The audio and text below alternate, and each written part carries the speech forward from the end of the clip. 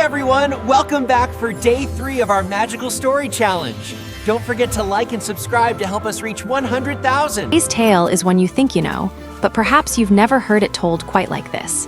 It is a story of kindness, cruelty, hope, and a magic that appears only to those who never give up. Once on a gentle green hill, there stood a beautiful chateau filled with warm sunlight and the sound of laughter. In it lived a sweet, gentle girl named Ella. Her life was simple and joyful. She had a loving mother and a caring father, and their home felt like the safest place in the world. But happiness is delicate, and one day darkness crept into their perfect home. Ella's mother became terribly ill. She grew weaker each day, fading like a candle in the wind. Ella sat by her bedside every moment, her small hand holding her mother's trembling fingers. One quiet afternoon, her mother called her close. Her voice was soft but full of love. "My darling Ella, listen to me. The world is not always kind, but remember this: where there is kindness, there is goodness. And where there is goodness, there is magic." And with those final words, she closed her eyes, leaving Ella's world cold and quiet. Years passed. Ella's father tried his best to fill the silence that had spread through the house. Believing his daughter needed a mother's care, he remarried. His new wife was a tall, elegant woman named Lady Tremaine. She came from a wealthy family and carried herself with pride and icy sophistication. With her came her 2 daughters, Drizella and Anastasia, just as proud, just as cold. Ella did everything she could to welcome them with warmth, but some hearts cannot understand kindness.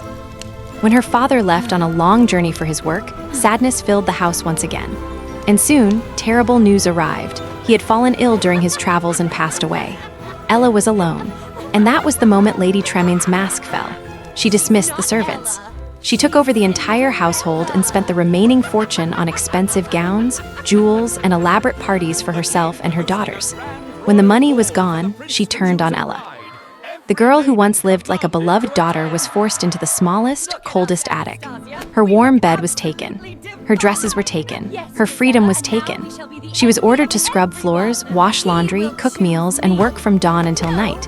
Yet Ella never complained. She remembered her mother's words: kindness is its own kind of magic. When she felt sad or lonely, she talked to the mice in the house and the animals in the barn. They became her only friends. After long, exhausting days, she would sit by the fireplace, her face smudged with soot. One morning, her stepsisters saw her covered in ashes and burst into cruel laughter. "She's not Ella, she's Cinderella." And from that day forward, that is what they called her. One bright morning, a royal announcement echoed throughout the kingdom. The king was hosting a grand royal ball at the palace so that his son, the prince, could choose a bride. Every maiden in the land was commanded to attend. Drizella and Anastasia shrieked with excitement. "He will choose me," one said. "No, me," the other insisted. Cinderella felt a tiny flutter of hope inside her heart. "Stepmother, may I go to the ball as well?" Lady Tremaine looked her up and down. "You, in those rags, don't be absurd. But very well, if you finish every single chore and if you find something suitable to wear." Cinderella knew it was a trick. Still, she held on to hope. After preparing her stepsisters' gowns and fixing their hair, she rushed to her attic room and pulled out her mother's old dress.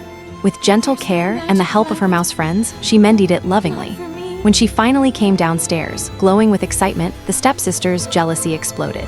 "My ribbon! She stole my beads!" They tore her dress apart until it hung in shreds.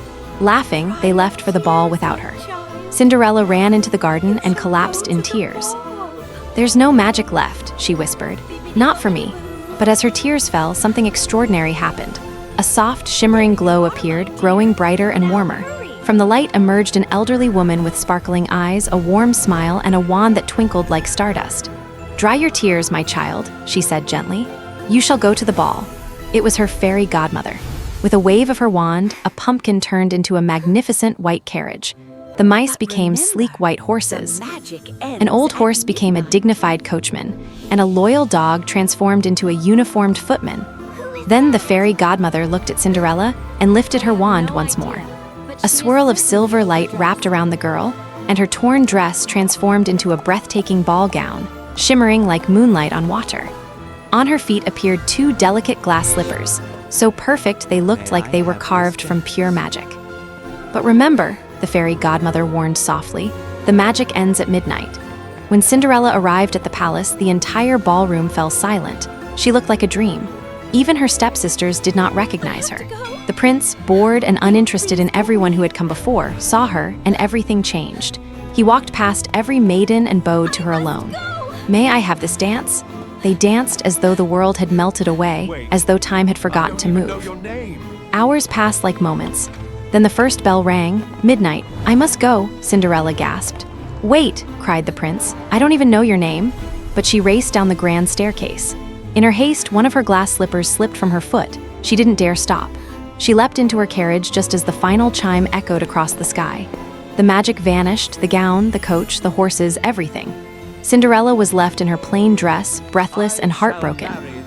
The prince picked up the lost slipper, the only clue to the girl who had captured his heart. The next morning, he issued a royal proclamation. He would marry the maiden whose foot fit the glass slipper. The Grand Duke traveled the kingdom. Women tried with all their strength to squeeze into it, but the slipper fit no one. When he arrived at Cinderella's home, her stepsisters tried desperately, but their feet were far too large. As the Grand Duke prepared to leave, Cinderella appeared, after her mouse friends freed her from the attic where her stepmother had locked her. "Please, may I try?" she asked softly. Lady Tremaine, in a final act of cruelty, tripped the Duke. The slipper flew through the air and shattered into 100 glittering pieces. The stepsisters smiled triumphantly. But Cinderella reached into her pocket and revealed the second glass slipper, the one she had saved. The Duke could hardly breathe as she slipped it onto her foot. It fit perfectly. At that very moment, the prince entered the room. He saw her, the girl he thought he had lost, and joy lit his face like sunrise. He took her hand. "I knew I would find you." Even after all the cruelty she had endured, Cinderella forgave her stepsisters. And soon after, she and the prince were married in a celebration so grand that the entire kingdom rejoiced. Cinderella's kindness had changed her destiny, just as her mother had promised long ago. Where there is kindness, there is goodness. And where there is goodness, there is magic. She had found her own magic and lived happily ever after. Did you love this magical tale? Please like, share, and subscribe. Join us again tomorrow, my friends, for another beautiful story in our 30-day challenge.